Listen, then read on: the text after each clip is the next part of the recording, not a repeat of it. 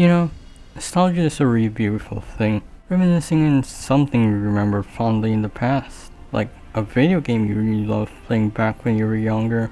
Besides me having a nostalgia in playing a game like Super Mario 64, I also had a nostalgia with seeing people play something I desperately wanted to play. Watching these YouTubers play a game you're also interested about. In today's case, it's an old Minecraft map I saw one of my favorite YouTubers play back then.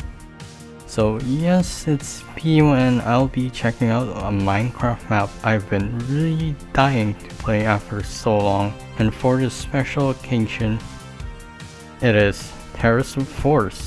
It's developed by Nox Group, who you might know for hosting MCC, which is probably the biggest Minecraft tournament ever. Whoa. This was released way back in 2016 to show off 1.9's least controversial and best edition, the Elytra. But I know you guys are questioning how I'll review a Java map made for 1.9 when I don't even own Java. Well, fortunately for us, Nox Group decided to remaster the map in 2020 for Bedrock, taking advantage of not only the newer blocks Minecraft has in its arsenal, but also the special features Bedrock has compared to Java, like new models and more animated character NPCs. I got my copy and map in the marketplace, so I guess it's time to finally check this thing out. We start things off on G.D.L's base, where we are in the map's lobby, and there is also some stuff we can mess, like these buttons. Doot! Doot!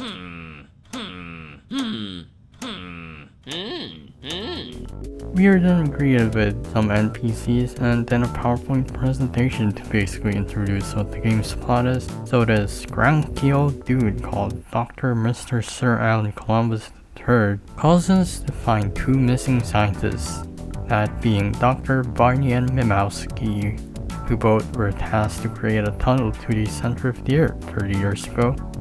However, once they reached the core, they lost communication, so we have to go find and rescue them. But not without some equipment first. Due to the G.D.L finding out Noxesium, they are now able to make the HEV Mark IV, the Thermal Flight Armor 1541, allowing whoever uses it to glide around even at the hottest conditions. And also it looks really cool. I also want to point out how ridiculous the Noxesium ingredients are, like spleen of a rabbit.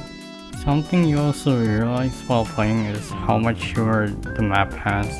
It never really takes itself seriously. For example, these file names in their drawers and the voice acting in general. We thought the two might mate, but when we introduced the boat shark to the tank, Dumb Shark just ate it in a matter of seconds. A whole shark, just one gulp. Spat the boat right back out. Poor shark. And now that I realize this more, this map really reminds me a lot of Half-Life. Hey, Mr. Freeman. I had a bunch of messages for you, but we had a system crash about 20 minutes ago, and I'm still trying to find my files. Welcome to the HEV Mark IV Protected System. For use in hazardous environment conditions. Have a very safe day. So this is where the game starts being frustrating, as these gliding stages require the most precise movement, and I really mean that. You also only have a single life, so one mess up and you get sent back to the start. As a remaster, I expected them to at least have an easy mode where you get 3 lives and some checkpoints, but the only thing they improve slightly is how the game looks, rather than fixing the one thing that'll sure make people rip their hairs out. And because of that, I had to For legal reasons, this part of the video has been removed.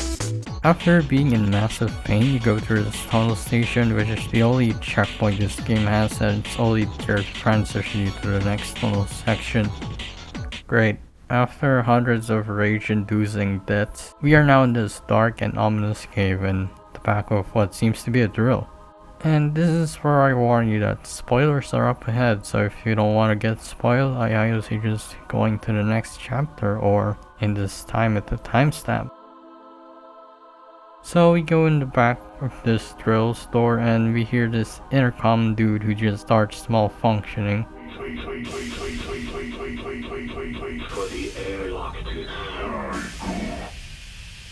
And then we see a much older and more delusional Dr. Barney and this skeleton who is supposed to be Dr. Mimowski, I think. Barney says he has waited very long for this moment and mentions how they ran out of food and proceed to eat those books, which is probably why they look pretty munch. I also think Mimowski didn't die from starvation at all. Barney then notices that we have the brand spanking new flight armor, which he mentions was just a mere prototype at this time before the drill incident. So then we give Barney the suit after he asks us, and that's when things start going upside down as a plot twist occurs.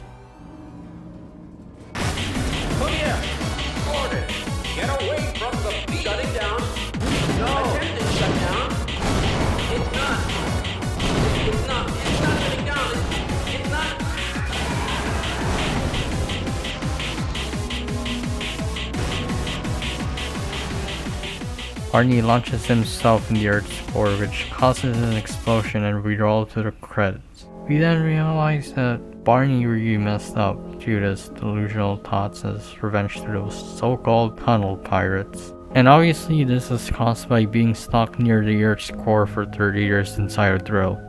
So he did what he wanted to do for so long, but at the cost of not only his own life but also everyone else's. And as the credits end, we see G.D.L's face exploding. Not gonna lie, that was a really sad ending and I didn't expect that. After credits though, we see the ruins of the G.D.L base and it's really snowy as well for some reason. This is where you unlock the speedrun mode, which basically is a time trial mode for those tunnels.